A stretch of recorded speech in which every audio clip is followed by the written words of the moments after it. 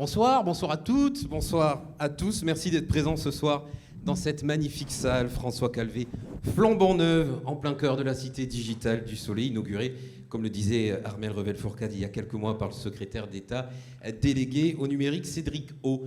Ce soir, c'est un sujet qui est au cœur des priorités de l'État que nous allons aborder, mais aussi au cœur des priorités des Pyrénées-Orientales et de la région, le rôle des institutions publiques dans l'émergence des jeunes entreprises, mais aussi l'action des acteurs privés dans le développement de ces startups. Comment tout cet écosystème tend vers l'excellence française. Alors on a la chance d'avoir autour de cette table les acteurs de cette réussite, mais aussi celui qui est au cœur du réacteur en tant que conseiller entreprise, services financiers, attractivité et export du président de la République et du Premier ministre, si je ne commets pas d'impair. Bonsoir Philippe Anglebert. Vous pouvez prendre le micro pour parler si vous le souhaitez.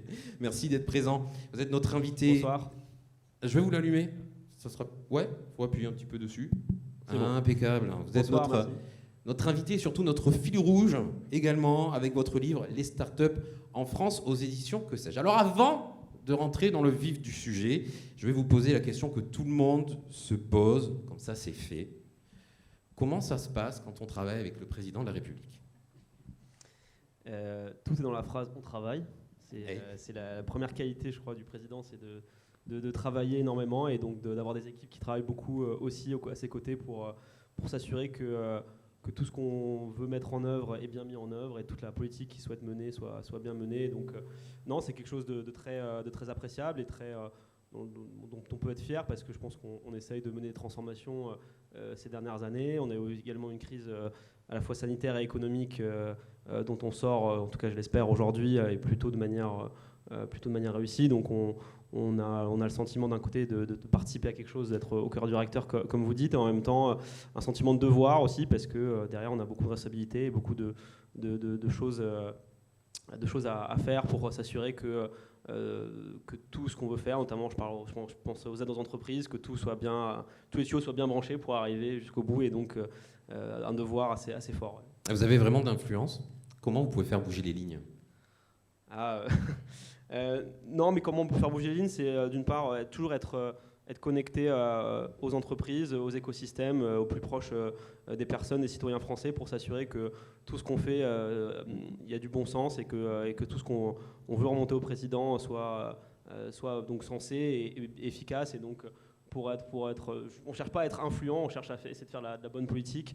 Et le président, je pense que cherche des gens qui ont du bon sens et qui veulent faire avancer les choses et qui ne soient pas toujours avec des a priori négatifs en disant non à ce qu'on leur propose, et plutôt cherche à faire bouger les choses et à transformer les choses. Et je crois que c'est comme ça qu'on arrive à faire avancer et avoir le président qui suit ce qu'on dit. Ouais. Alors on ne sait pas si Emmanuel Macron va être candidat, vraiment c'est un gros suspense. Il est possible que vous soyez au cœur de sa campagne aussi. Quelles seraient les prochaines annonces pour l'entrepreneuriat français, pour la French Tech ? Donc non, le président n'est pas encore candidat ou pas candidat. C'est lui seul qui décidera. Après, il a exprimé son envie d'y aller. Moi, j'ai envie qu'il y aille. Je pense que ça serait bien pour le pays de continuer la transformation de l'économie et de la société qu'on a pu mener déjà depuis 5 ans.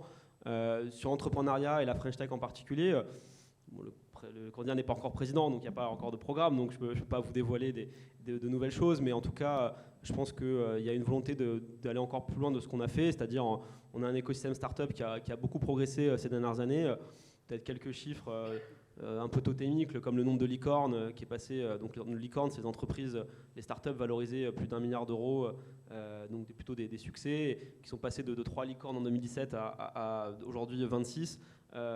Les levées de fonds qui sont passées de 2,5 milliards en 2017 à 12 milliards cette année. Donc tout ça parce qu'on a pu avoir notamment une politique publique de soutien au financement, de soutien aux écosystèmes, à l'accompagnement. Et donc si les Français donnent un mandat supplémentaire de 5 ans au président s'il décide d'être candidat, je pense que l'idée est de continuer là-dessus, d'aller encore plus loin et en reprenant les leviers sur lesquels on a joué ces dernières années. Ouais. Alors Philippe Anglebert, vous parlez de licorne, moi je vais poser une question très simple avant, dont la réponse est peut-être au final pas si évidente. C'est quoi les caractéristiques d'une start-up ? C'est quoi une start-up en France en 2022 ? Comment on la définit ? Du coup, il y a tout un bouquin de 120 pages, mais en quelques mots, non, une start-up, c'est une entreprise, très simplement. D'ailleurs, il faut pouvoir expliquer simplement ces termes-là pour pas que ça soit un écosystème, une nation dans la nation, parce qu'on a parlé un peu de Startup Nation, qui peut être une nation un peu excluante, de privilégiés, au sein d'une nation qui est la nation française. Donc, au contraire, on doit pouvoir expliquer simplement qu'est-ce qu'une start-up et quels sont ses apports. Et donc, une start-up, c'est une entreprise innovante, en hypercroissance, donc qui croît très vite. Et c'est ces concepts-là qui sont finalement assez simples. Alors, l'innovation, c'est qui invente un nouveau produit, un nouveau service pour les utilisateurs. Et la croissance, l'hypercroissance, est souvent marquée par le nombre d'utilisateurs ou le chiffre d'affaires. Pourquoi avoir eu envie d'écrire ce livre? Il s'adresse à qui? Il s'adresse au plus grand nombre, parce que je viens de le dire, je pense que les startups sont de plus en plus présentes dans le quotidien des Français. On a parlé de Blablacar, Doctolib, Back Market pour acheter un téléphone reconditionné, ou Lydia faire des petits remboursements à ses amis. Je crois que ça rentre vraiment dans la vie des Français. Donc, je l'ai dit en termes de services et de produits, mais également en termes d'emploi. De plus en plus de jeunes ou moins jeunes travaillent dans le numérique et dans les startups en particulier. Donc derrière, il fallait un peu essayer d'expliquer ce phénomène-là, parce que voilà, ça rentre dans les médias, mais il y a un peu ce sentiment que c'est un jargon un peu ésotérique. Il y a beaucoup de franglais. On a le sentiment que la startup, c'est que des jeunes blancs, barbus, trentenaires, diplômés, un peu comme moi, qui sont parisiens et qui font ça chez eux, à Paris, dans la station F, alors qu'en fait, c'est un vrai phénomène qui transforme toute l'économie. Et donc, je pense, pour moi, il a fallu essayer d'expliquer ça au plus grand nombre, et c'est un peu l'objet de ce livre, qui est une collection qui s'adresse au plus grand nombre. Un livre qui se divise en 10 chapitres, que sais-je. Il nous guide simplement avec des exemples précis et concrets pour comprendre comment des entreprises sont capables de changer nos vies. Vous l'avez dit, Doctolib, Blablacar, Back Market. Mais on se compare aussi dans le livre avec la Chine, les États-Unis. Aujourd'hui, quelle est la place de la France face à ces pays? C'est vrai, on a beaucoup progressé en France, et je l'ai dit, mais il y a une petite phrase que le président, d'ailleurs, je la mets au tout début du livre, qui est assez intéressante. Il dit aux États-Unis, il y a les GAFA, donc Google, Amazon, Facebook et Apple. En Chine, il y a les BATX, donc Baidu, Alibaba, Tencent et Xiaomi. Donc il y a les GAFA aux États-Unis, les BATX en Chine, et en Europe, il y a le RGPD. Le RGPD, c'est une régulation sur les données. Donc ça voulait un peu dire, en fait, en Europe, on a souvent été une terre de régulation, mais pas une terre d'émergence de leaders technologiques. Et aujourd'hui, on est sur le chemin d'y être, mais on a encore un peu de retard. L'Europe, c'est 25% du PIB mondial, mais c'est que 10% de tous les indicateurs de la tech. Donc j'ai parlé de levée de fonds ou des licornes.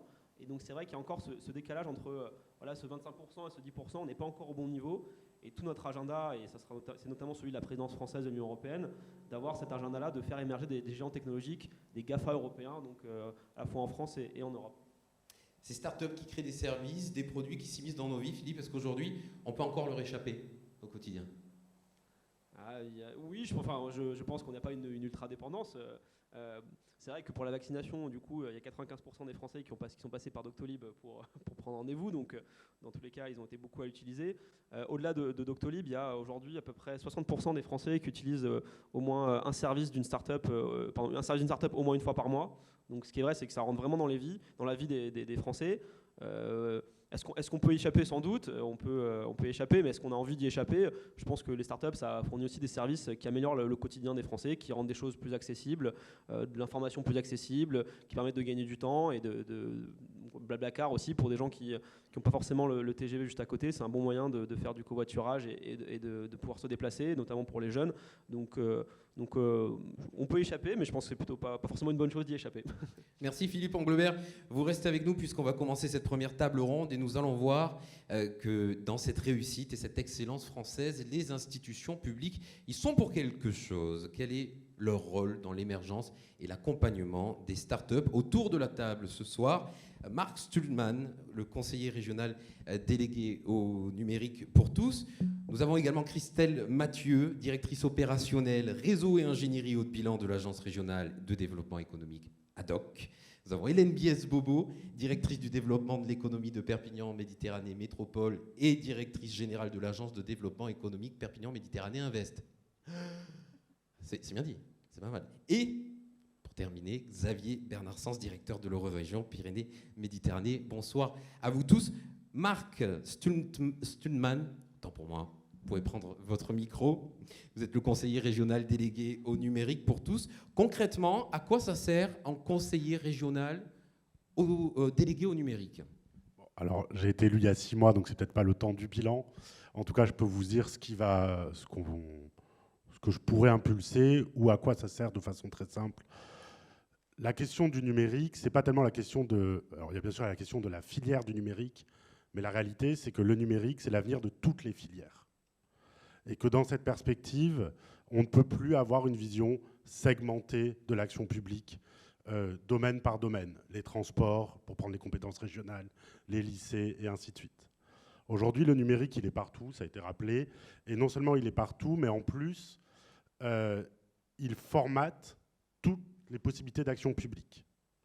Et un conseiller délégué au numérique, ça s'intéresse à ces questions. Et il y a 3 grands axes, entre guillemets. Le premier axe, c'est la question de l'inclusion numérique. Parce que s'il y a 60% des Français qui utilisent au moins un service d'une start-up par mois, il y a quand même 17% des habitants d'Occitanie qui sont victimes d'électronisme.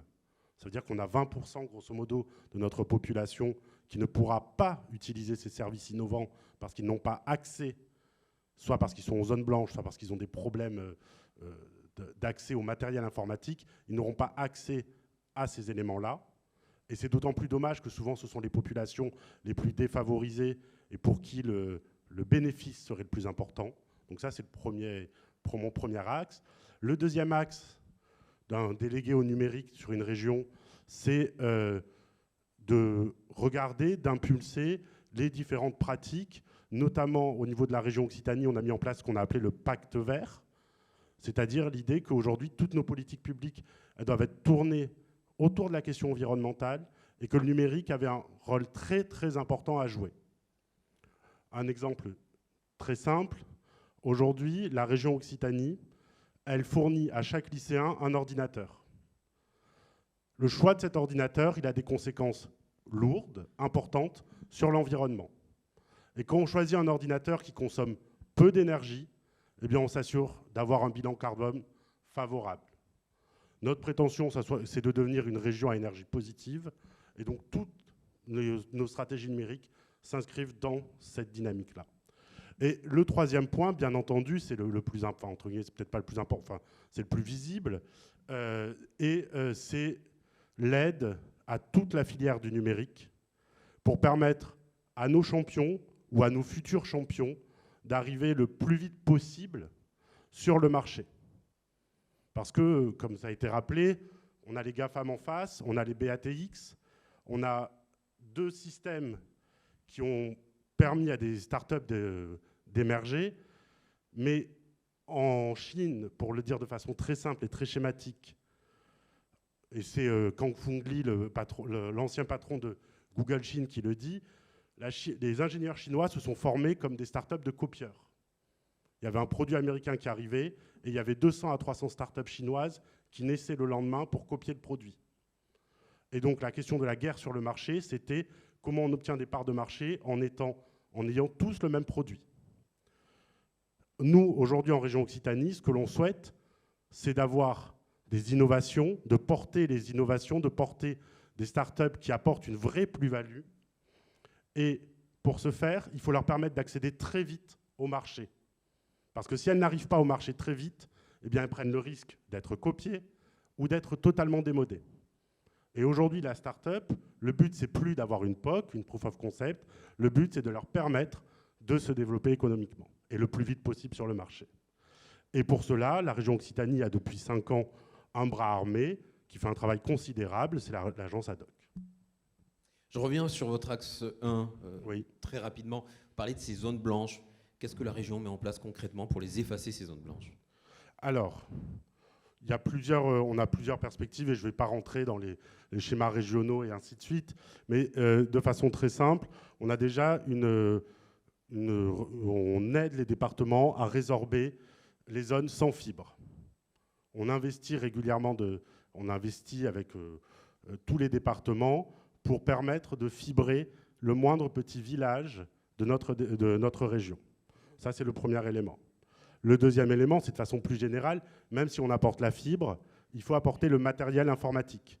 Et là, on l'a vu pendant la crise, les lycéens de nos régions n'ont pas eu à souffrir, ou en tout cas ont souffert moins de décrochage que les lycéens d'autres régions, parce que concrètement, tous les lycéens, quel que soit leur niveau de revenu, avaient un ordinateur à disposition fourni par la région. On est aujourd'hui en plein milieu de ce projet, la Cité Digitale. Je sais que la région a tenu à la soutenir. Pourquoi ? Pourquoi ? Tout simplement parce que c'est un beau projet. Et je me faisais la réflexion en arrivant, l'école s'appelle l'IDEM. Et l'IDEM, c'est un des 2 mots grecs, alors je vais être très rapide sur le grec, rassurez-vous, pour définir ce qu'est l'identité. Paul Ricoeur, philosophe célèbre, définissait l'identité comme l'ipsé et l'idem.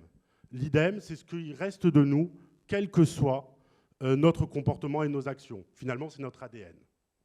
Et l'ipsé, c'est notre identité changeante. C'est nos sautes d'humeur. Et ce projet-là, il réunit l'idem de la région, à savoir travailler sur l'ensemble des territoires, et l'ipsé, à savoir travailler sur l'ensemble des territoires, sur le numérique, qui est l'avenir de notre région. Merci Marc. Philippe, tenez, il y en a un ici. Je vais vous donner celui-là, je vous l'allume. Ça va dans le bon sens, ce que vous venez d'entendre ? Tout à fait. Je pense qu'il y a 2 points sur lesquels je voudrais réagir. Le premier, c'est l'inclusion numérique, l'électronisme.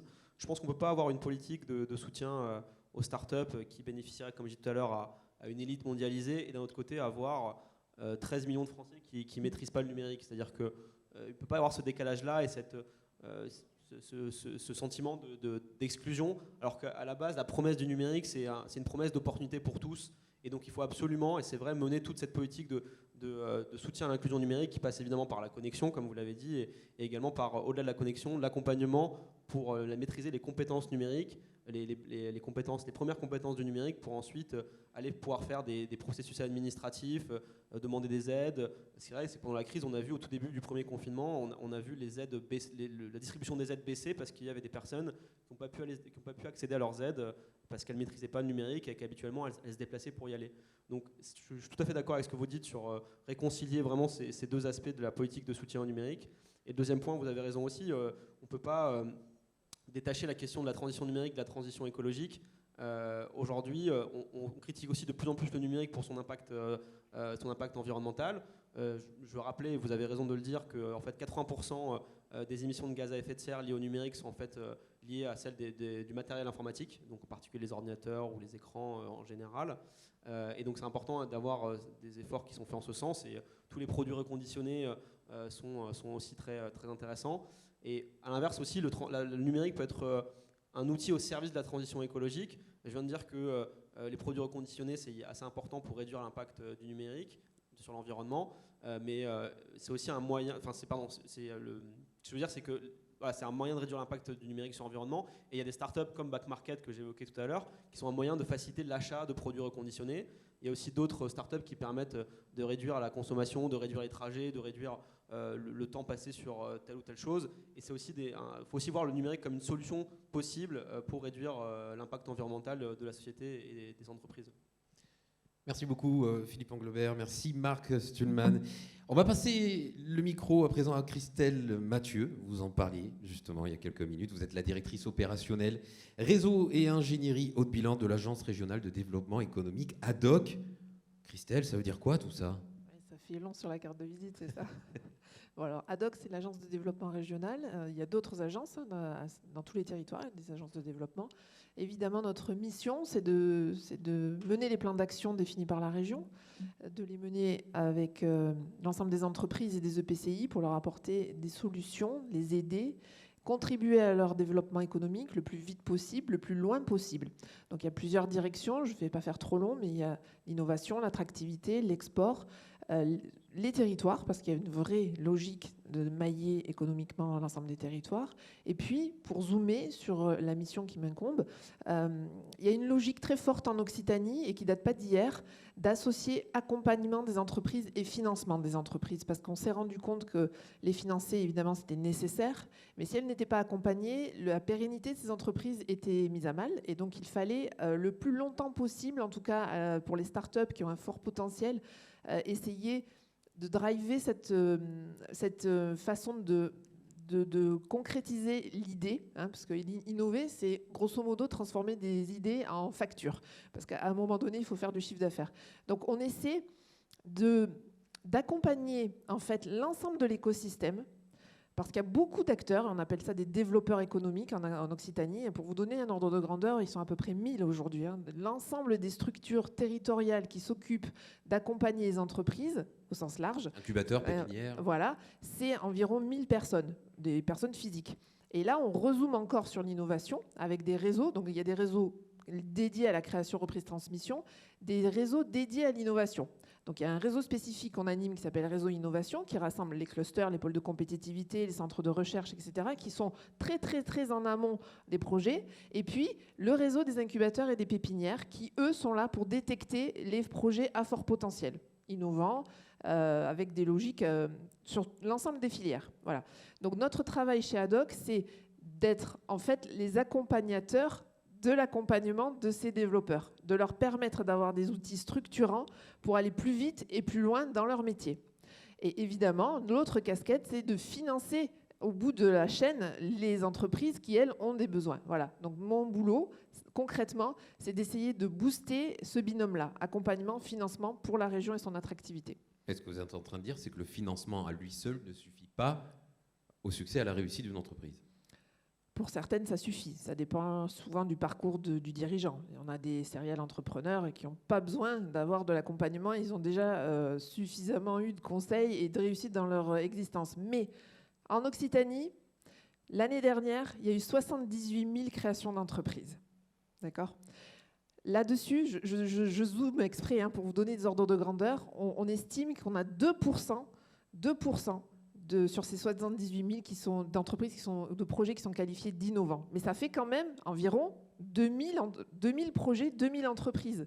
Voilà. Donc, financer 2000 entreprises, c'est prendre des risques. Si on veut à peu près avoir un retour sur investissement et un taux de casse limité, l'accompagnement, ça sert à quoi? Ça sert à faire gagner du temps, à minimiser les risques et à pérenniser les entreprises. Donc on sait qu'aujourd'hui, statistiquement, depuis 20 ans on le mesure, qu'une entreprise accompagnée à 5 ans, elle a un taux de pérennité de 85%. Si elle n'est pas accompagnée, on est plutôt dans 55-65%. Voilà. Donc ça, pour la région qui finance, qui met de l'argent sur la table, il y a un retour sur investissement net de l'accompagnement. Et donc du coup, elle participe aussi au financement des structures d'accompagnement et la boucle est bouclée. Voilà. Parce qu'en fait, c'est un cercle vertueux qui se met en place. Les formateurs et accompagnants, des formateurs et accompagnants. Voilà. On va parler également d'Occitanie Invest, parce que ça aussi, c'est un volet de votre travail. Oui. Alors, au sein de l'agence Ad-Hoc, il y a beaucoup de programmes d'accompagnement qui sont basés sur l'appel à candidature. Donc, chaque année, à un certain rythme, à une certaine saisonnalité, on lance l'appel à candidature et les entreprises qui sont matures pour y répondre ont la possibilité d'accéder à des parcours. Occitanie Invest est un programme d'accompagnement à la levée de fonds. On a 1 mois de formation pour les chefs d'entreprise, c'est-à-dire qu'en gros, il y a des coachs qui sont là pour leur apprendre à parler, à s'exprimer, à valoriser leur savoir-faire. Et à l'issue de ce parcours d'accompagnement, on leur permet de rencontrer des fonds d'investissement nationaux. Donc globalement, on fait venir les Parisiens en Occitanie. Ça, c'est à la fois une vitrine, mais c'est aussi un formidable accélérateur pour eux, parce qu'en une journée, ils vont pitcher et avoir environ 80% de la place financière à Toulouse chaque année pour écouter ce qu'ils ont à apporter comme solution à de nouveaux besoins. Voilà, donc ça marche très bien. L'année dernière, on a eu 132 dossiers. On booste chaque année 20 lauréats et on a à peu près 50% de réussite. Alors, on n'a pas une obligation de résultat. Ce sont les fonds, ils sont souverains, ils décident d'investir ou de ne pas investir. Mais nous, on se donne les moyens de présenter les pépites régionales 1 fois par an aux investisseurs nationaux. Il y a un gros travail de présélection. Énorme. Et avec tout l'écosystème. Et c'est là aussi qu'il y a une grosse valeur ajoutée dans le maillage territorial, c'est que les jurys qui sélectionnent les dossiers chaque année sont issus de ces fameux développeurs économiques dont je parlais et sur l'ensemble des territoires. Il y a combien de critères à peu près de sélection?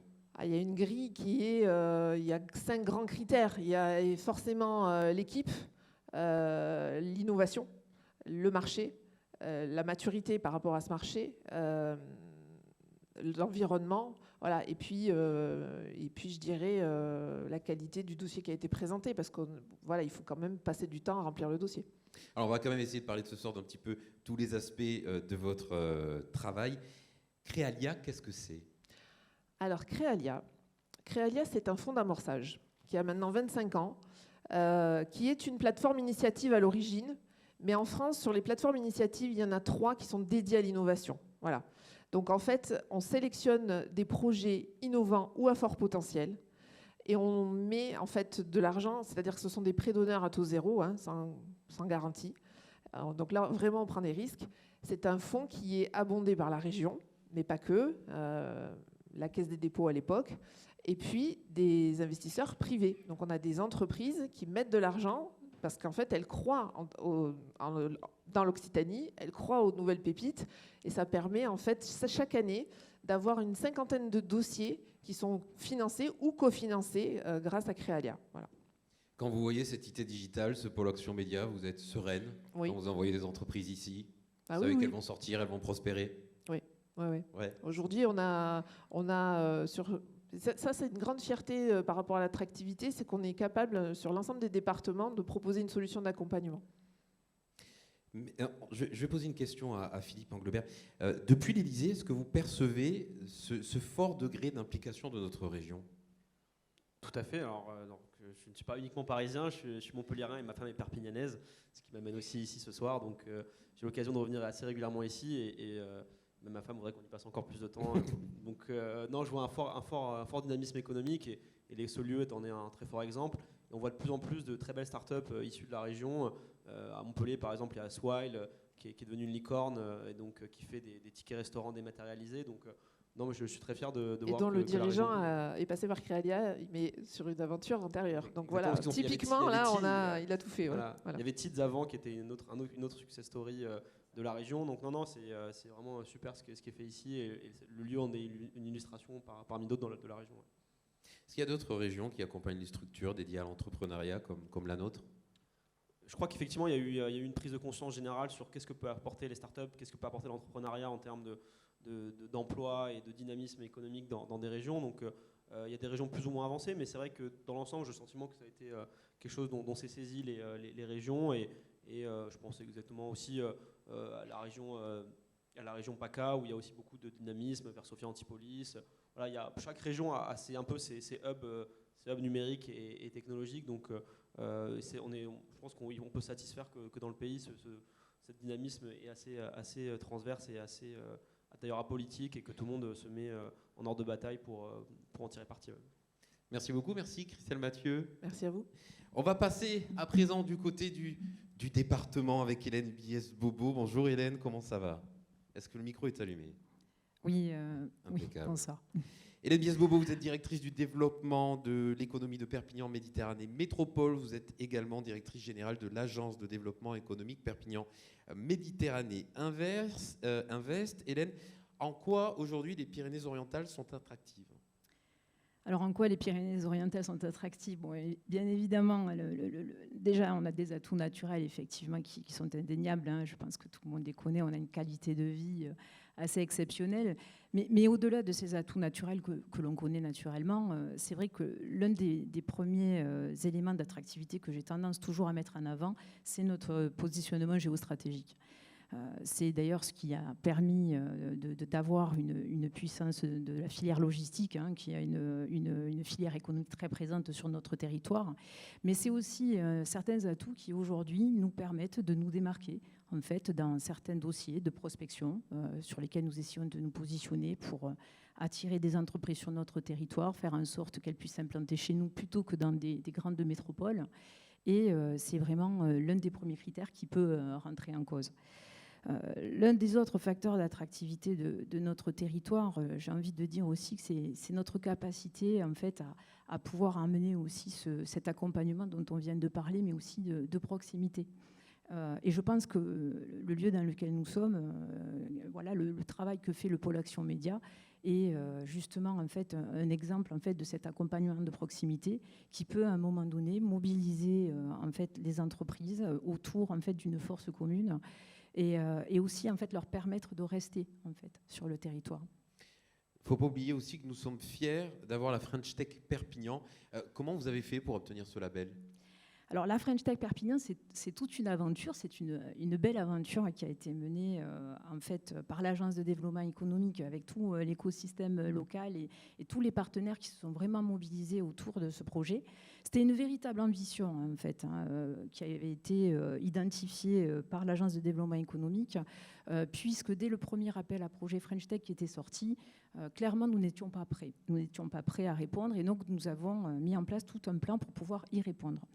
Pourquoi vous n'étiez pas prêt à ce moment-là ? On n'était pas prêt parce que la première chose en fait à faire, c'était de pouvoir en fait structurer en fait cette communauté French Tech et de pouvoir déjà identifier en fait le réseau et cet écosystème de start-up qui existait en fait sur notre territoire, mais il fallait en fait le structurer, le regrouper.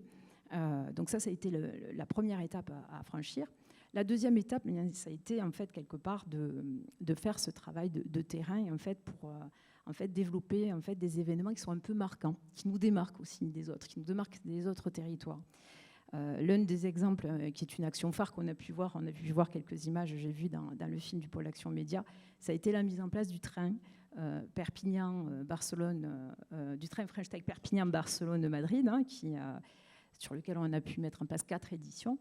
Et dans lequel, en fait, on a regroupé dans le cadre de ce train, en fait, des startups qui venaient pitcher devant des investisseurs pour pouvoir finir en finale, en fait, à Madrid.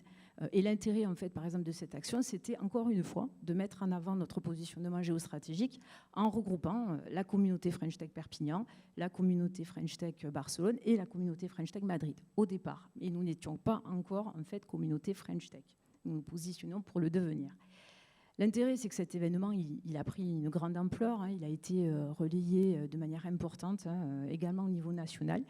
Et ce type d'événement a contribué, tout comme tout un tas d'autres événements, comme My Digital City, qui était le fait d'organiser un méga démonstrateur avec les startups qui pouvaient en fait démontrer quels étaient leurs concepts dans le cadre d'une sorte de ville intelligente dématérialisée, mais des conférences aussi avec Oussama Hamar, par exemple, sur la fracture numérique. Et ou encore, par exemple, ça, nous l'avons mené en relation avec Ad-Hoc, des missions au CES de Las Vegas, là encore une fois, pour amener nos entreprises, en fait, à pouvoir justement aller prospecter de nouveaux marchés. Il était important aussi pour le territoire des Pyrénées-Orientales de montrer que voilà, il n'y avait pas que Toulouse et Montpellier, il y avait aussi Perpignan. Travailler main dans la main avec Christelle Mathieu, avec la région en tous les cas. On travaille avec toutes les équipes d'Ad-Hoc, effectivement. Encore une fois, nous, quand on organise une délégation au CES de Las Vegas, c'est nous qui en fait constituons cette mobilisation de cette équipe, je dirais quelque part des Pyrénées-Orientales. Mais bien évidemment, c'est avec Ad-Hoc, c'est sur le stand d'Ad-Hoc en fait à Las Vegas que nous l'organisons, par exemple. Il va y avoir une fusion intéressante dans le département, l'agence de développement économique qui fusionne avec l'office de tourisme intercommunautaire. Vous allez créer un pôle d'attractivité globale. En quoi ça va être plus performant ? Alors l'idée, effectivement, à l'image d'autres territoires, on n'invente rien, mais en fait on avait vraiment cette volonté. Quand la communauté urbaine, avec les différentes chambres consulaires, ont créé l'agence de développement économique, l'idée était de mettre en place en fait un outil qui soit plus souple, plus réactif, que des fois, en fait, dans les grandes institutions comme les EPCI, on peut avoir du mal à développer. Par exemple, ce type d'opération du train French Tech était beaucoup plus facile à mettre en place dans un outil, en fait, comme une agence de développement économique. L'idée, c'est en fait, aujourd'hui, avec cette fusion, c'est d'aller encore plus loin, de mettre en place un outil qui soit encore plus puissant, d'avoir une force de frappe importante. Et donc, l'idée était de travailler sur une véritable, maintenant, stratégie d'attractivité, au sens large du terme, attractivité économique bien évidemment, mais l'idée étant de mettre en place entre la fusion en fait, de cet office de tourisme communautaire et de l'agence de développement économique, finalement une stratégie de prospection multicible, que ce soit les entreprises, les investisseurs, les touristes, les résidents, mais aussi finalement les talents. Voilà, c'est vrai qu'aujourd'hui la question du recrutement est une question qui est de plus en plus prégnante dans les entreprises, y compris d'ailleurs dans les startups. Et donc travailler finalement sur l'attractivité de notre territoire pour faire venir en fait de nouveaux talents, par exemple, c'est aussi une question sur laquelle nous voulons travailler. Donc l'agence d'attractivité, ça sera un nouvel outil issu de la fusion de ces deux structures. Est-ce que le positionnement aussi de Perpignan, son positionnement transfrontalier, c'est un atout pour sortir du lot? Oui, clairement, comme je le disais tout à l'heure, je peux citer un exemple concret, l'implantation par exemple de l'entreprise Computa Center, sur notre territoire. Nous étions en compétition avec Bordeaux et Lyon. Donc pourquoi Perpignan? Ça a été clairement, par exemple, notre positionnement géostratégique qui, en fait, a été déterminant dans leur choix. À Barcelone, par exemple? Exactement, tout à fait. La mer, la Méditerranée, quand même. Oui, mais encore une fois, ça c'est finalement la cerise sur le gâteau. Effectivement. Hélène, est-ce qu'aujourd'hui, il y a encore des freins au développement économique des startups sur notre territoire? Alors des freins, oui, effectivement, il y en a encore. C'est vrai que, on a parlé de la question du recrutement, c'est vraiment une question Est-ce que le aujourd'hui, foncier, par exemple, on a parlé de l'emploi, est-ce que le foncier, c'est dans le 66 compliqué? Alors, le foncier, effectivement, ça c'est une question sur laquelle nous travaillons au quotidien. Alors, l'un des atouts que j'aurais pu aussi mettre en avant, c'est qu'on a encore en fait du foncier d'entreprise en fait à proposer, ce qui devient de plus en plus compliqué. Mais aujourd'hui, cette disponibilité foncière que l'on avait, en fait, c'est forcément amenuisé. Et le développement de nouveaux fonciers pour implanter les entreprises, parce que ces startups, on les retrouve en incubateur, en pépinière, en hôtel d'entreprise. Mais après, finalement, quand elles veulent se développer, forcément, elles ont besoin de foncier. Et la question de développement du foncier économique est de plus en plus compliquée, de par les contraintes environnementales ou autres. Et ça, c'est vraiment un axe sur lequel nous devons travailler de concert avec les services concernés pour mettre en place une nouvelle offre foncière pour permettre aux entreprises de rester, mais aussi en fait, de nouvelles entreprises exogènes à s'implanter. Philippe, est-ce que vous avez connaissance, vous, de ces difficultés au sommet d'État? Que peut faire le gouvernement, par exemple? Sur le foncier, évidemment, je pense que c'est un sujet qui est assez transverse, mais pas forcément spécifique à Perpignan, et vous avez raison, et ça peut être un facteur d'attractivité. L'autre point important que vous avez mentionné, c'est l'attractivité des talents, je pense, qui est hyper important. Aujourd'hui, vous discutez avec un patron d'entreprise et d'une start-up en particulier, il vous dira que son premier frein à la croissance, c'est le recrutement, et c'est là où d'ailleurs Perpignan peut être une vraie terre d'émergence de start-up et aussi de localisation de nouvelles start-up qui voudraient s'implanter, en tout cas implanter certains bureaux ou une partie de leurs équipes, parce qu'avec le télétravail et la qualité de vie, Perpignan a beaucoup à offrir. Et je pense que la stratégie que vous souhaitez mener sur les talents est hyper importante pour arriver à attirer à la fois des créateurs d'entreprises et des entreprises existantes qui veulent développer de nouvelles bases pour accéder à un pool de talents. Et Perpignan a beaucoup à offrir. Et là où il faut aller encore plus loin, et là où l'État peut aider, c'est aussi la formation des jeunes, aussi des moins jeunes qui veulent se reformer. Et le numérique peut offrir des opportunités d'emploi à des personnes qui aujourd'hui sont dans d'autres secteurs ou souhaiteraient se réorienter, ou des jeunes qui souhaitent rester dans la région et qui voudraient faire des formations au numérique, en code ou autre. Et c'est là où d'ailleurs les collectivités ici représentées pourraient toujours faire plus pour former encore plus de personnes au numérique pour répondre aux besoins des entreprises. Parce qu'il n'y a pas une frustration de voir qu'aujourd'hui on a encore du chômage alors que tous les patrons vous disent qu'ils veulent recruter, et faire matcher cette demande avec l'offre de capital capital humain que peut offrir la région et le département et la métropole est pour moi assez important de pouvoir faire ce matching. Ouais. Merci Hélène Bies-Bobo. On part à présent du côté de l'Euro-Région avec Xavier Bernard-Sens. Bonsoir Xavier. Vous êtes oui, je crois qu'il faut appuyer sur le bouton pour allumer le micro. Vous êtes le directeur de l'Euro-Région Pyrénées-Méditerranée. Ça fonctionne? Parfait. Impeccable, oui. On vous entend. Je vais commencer par une question simple. C'est quoi une Euro-Région dans les institutions européennes? Alors, déjà, donc, notre Euro-Région comprend 3 membres, avec la présidence de la région Occitanie, et la Generalitat de Catalogne et le gouvernement des îles Baléares en font partie. Et c'est un organisme, institution de droit européen, qui a été créé il y a maintenant 12 ans. Et en fait, nous sommes une des premières Euro-régions en France et en Europe, née de la volonté de nos élus régionaux. Et c'est une volonté européenne qui est née des débuts des années 2000, pour faire que l'Europe des États soit aussi l'Europe des régions, et qu'on puisse décliner la politique européenne au niveau de nos régions frontalières. Donc du coup, on a voulu, nos élus ont voulu, tout début, nos présidents de région se positionner, sont allés voir donc la Commission européenne en disant qu'ici nous avions un pôle économique d'innovation premier en Europe. Et c'est de là qu'est née la volonté de créer cette eurorégion. Tout à l'heure, on l'a dit, ici à Perpignan, et je suis content, quand je suis arrivé, de voir la carte où on voit c'est la région Occitanie, mais c'est aussi la Catalogne. Il manquerait les îles des Baléares, mais on est au centre de ces trois-là. Et on est, pour monsieur le conseiller du président, ici, près de 16 millions d'habitants, plus de 100 000 chercheurs, 500 000 étudiants. Nous sommes le premier pôle méditerranéen en recherche, un des premiers en Europe. Nous sommes l'eurorégion la plus en avance sur les projets européens de recherche. Et si on prend les agences économiques ADOC et Axio, qui sont parmi les plus puissantes au niveau européen, nous sommes un pôle d'attraction. Voilà, donc j'en parlerai, mais nous étions avec Madame la vice-présidente Pelfig et les conseillères ministres extérieurs des Affaires extérieures catalanes et baléares avec la commissaire européenne jeudi dernier, avec le commissaire, enfin son équipe de l'environnement et aussi avec les équipes de l'innovation. Et ils sont très intéressés, ils regardent cette eurorégion, ils regardent ces territoires, parce que l'eurorégion n'existe que par les territoires et la volonté des politiques.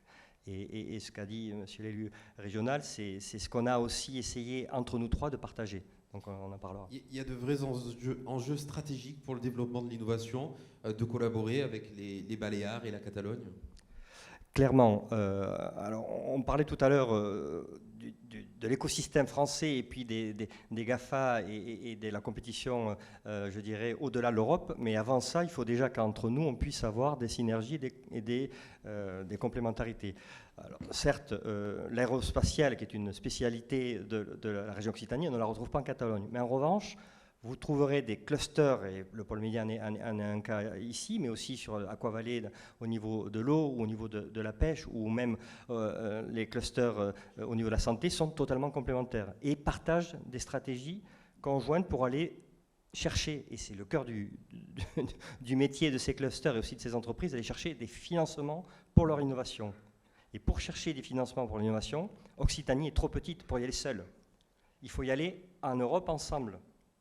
Et donc c'est pour ça que c'est un plus quand on va avec les Catalans, quand on va avec les Baléares, et qu'on y va aussi avec d'autres eurorégions, allemandes, hollandaises, pour aller plaider la coopération conjointe de nos centres de recherche et de nos universités. J'ai oublié de le dire, on a plus de 30 universités publiques entre nos trois territoires, parmi lesquelles certaines en Occitanie et en Catalogne sont parmi dans le classement Shanghai dans les 200 premières. Chose qui est, on en a plus d'une dizaine qui sont dans les 200 premières. Est-ce qu'on pourrait avoir un exemple concret de ce que fait l'Europe pour nos startups ? Alors, l'Europe, au niveau de l'innovation, avec le nouveau mandat de la Commission européenne, a lancé son Green Deal, sans parler de Next Generation, et a lancé un nouveau plan de soutien à l'innovation autour du Horizon Europe, qui est le noyau dur du financement de l'innovation. Je mets à part la recherche avec les financements Marie Curie. Horizon Europe, elle a comme volonté de développer les écosystèmes. Elle a 13 milliards d'euros, donc l'Europe, c'est pas nous, c'est pas l'eurorégion, mais elle met à destination des régions, des eurorégions et des territoires, des financements spécialement dédiés à des entreprises qui puissent avoir à la fois des projets de développement et ils cherchent ce qu'ils appellent des innovations qui soient capables d'aller sur le marché. Parce que l'Europe a changé un peu son fusil d'épaule. Elle soutient la recherche, certes dite fondamentale, mais elle soutient de plus en plus la recherche appliquée. Ce que les startups, les licornes sont en train de mettre en œuvre. Et donc les financements prioritairement vont auprès de ces entreprises-là. Et nous, les territoires, on doit se préparer pour répondre à ces appels d'offres concurrentiels. Cet argent-là, il est à se partager entre beaucoup plus de régions de plus en plus compétitives. Les États et les régions, notamment de l'Est, sont de plus en plus compétitives. Il faut de plus en plus être entre nous, préparés, et je sais que nos agences le savent, pour pouvoir être les premiers à être reçus, nos entreprises, et on est là pour les soutenir. Moi, je vais me mettre à la place d'une start-up qui essaie de démarrer. L'Europe, ça paraît loin quand même. On sait qu'il y a de l'argent à aller chercher. C'est pas compliqué quand on est entrepreneur sur le terrain, toute la paperasse, les papiers pour savoir à qui s'adresser. C'est clair. Une entreprise ou une start-up n'a pas le temps d'aller monter un projet de financement. C'est pour ça que les agences sont là, qu'elles soient locales, régionales ou l'eurorégion. Et on est là pour les aider à d'abord choisir. Enfin, il ne faut pas aller à la course au financement pour chercher des financements. Il faut y aller aussi parce qu'il y a un projet qui vaut le coup et parce qu'on répond aussi aux attentes de l'Europe. Monsieur le conseiller régional a parlé de la digitalisation. L'Europe a des critères très stricts. Nos entreprises le savent, si elles veulent bénéficier des fonds européens, on en a parlé aussi avec les chambres de commerce et avec les entreprises du secteur, elles doivent répondre à des cahiers des charges très stricts. Et pour ça, il faut qu'on les aide. Et seules, elles ne peuvent pas y aller. C'est le rôle aussi des institutions de proximité, Tout à fait, tout à fait. Et d'orienter, d'aiguiller. d'orienter et puis aussi de dire il y a des fonds européens et il y en a qui sont localement. L'Europe a plusieurs niveaux de fonds. J'ai parlé d'Horizon Europe, après vous avez les fonds de programmation territoriale. Et ici, on est dans une frontière qui en est une mais qui n'en est pas. On a des fonds pour pouvoir travailler les Catalans, dédiés pour ça, avec l'Espagne. Donc on a des fonds que l'Europe dédie ou pour travailler dans les thèmes méditerranéens. Donc ça, dans le département des Pyrénées-Orientales, les acteurs le savent. Monsieur le conseiller, ici, Paris est loin pour nous. Nous, quand on travaille, on va travailler, moi je suis un transfrontalier, on travaille avec nos amis de Gironde, de Barcelone, on a plus d'affinités économiques, et donc c'est là qu'aussi, nous, on a plus l'habitude, on est plus compétitif pour aller chercher des fonds, parce qu'on sait qu'il faut qu'on aille voir les collègues pour pouvoir monter. Ça n'empêche pas qu'on travaille avec des partenaires du nord de la France, mais voilà, c'était pour répondre à votre question. Oui, on est prêt, mais il faut adapter les fonds. On ne va pas demander 2 millions d'aides. Si c'est des startups qui démarrent, on va aller chercher des fonds plus adaptés à ça. Et les critères sont très précis également. Oui, selon la thématique, l'Europe est vraiment, et c'est vraiment un parcours du combattant. Mais ce n'est pas impossible. Ah non, puisque nous avons en Occitanie et en Eurorégion de nombreuses entreprises, clusters qui bénéficient, et j'en suis sûr dans la salle, de fonds européens, POCTEFA, Interreg, Horizon Europe. On est vraiment très bon, de plus en plus. On apprend beaucoup de nos amis catalans, qui ont été très longtemps, les Espagnols, bien meilleurs que nous. Et je pense que là, on est en train de monter en compétences. Et il faut en profiter, quoi. On apprend les uns des autres. Merci beaucoup. Bernard, est-ce que vous aviez, Philippe Englebert, conscience de tout cet investissement de la part de l'Eurorégion, de toute cette énergie des acteurs, même régionaux, départementaux? J'en avais connaissance, oui, et là je le sens encore plus, et j'en touche encore plus la réalité en voyant ce lieu et en échangeant avec vous toute cette dynamique-là. Donc je pense que le territoire peut être très fier de ses élus et de cette mobilisation à tous les niveaux pour ce dynamisme, le numérique et l'industrie culturelle et créative. Donc vous pouvez en être fier et je suis ravi de le voir de mes propres yeux. Vous en avez parlé il y a quelques minutes, mais je vais le rappeler quand même. Hier, le cabinet d'audit financier et de conseil EY a publié les résultats de son analyse annuelle dédiée au capital risque en France en 2021. Et selon ce baromètre, eh bien, la région Occitanie monte sur la 3e marche du podium, donc derrière l'Île-de-France et la région Auvergne-Rhône-Alpes. Et on retiendra aussi, on avait parlé, la première licorne d'Occitanie, c'est la WorkTech montpelliéraine, ça s'appelle Swile. Ça confirme que le travail des institutions publiques porte ses fruits. Tout à fait. Et vous l'avez mentionné sur les différents leviers, le financement, l'accompagnement, les talents, qui sont vraiment les 3 grands leviers pour moi qui permettent le succès d'une start-up. Et il faut le faire au plus près des territoires, au plus près des entreprises et des entrepreneurs. Donc ce résultat est le début de quelque chose encore. On peut encore faire plus et donc ça motive pour la suite. Merci beaucoup Philippe Englebert, vous restez avec moi. Je vais remercier cette première table ronde. Christelle Mathieu, merci beaucoup. Merci Marc Stulman. Merci Hélène Bies-Bobo et merci Xavier Bernard-Sens. Alors on va rester ensemble et je vous rappelle le livre enrichissant de Philippe Englebert, Les startups en France, c'est 128 pages pour facilement comprendre les enjeux, les stratégies et les impacts de ces jeunes pousses, de ces startups, de ces licornes en France et dans le monde. Philippe d'ailleurs vous dédicacera son livre en sortie après la deuxième table ronde. C'est en partenariat avec la librairie perpignanaise Cagelis. On les remercie. Merci à tous. On se retrouve dans quelques minutes pour un nouveau débat autour du secteur privé et toujours du développement de ces startups.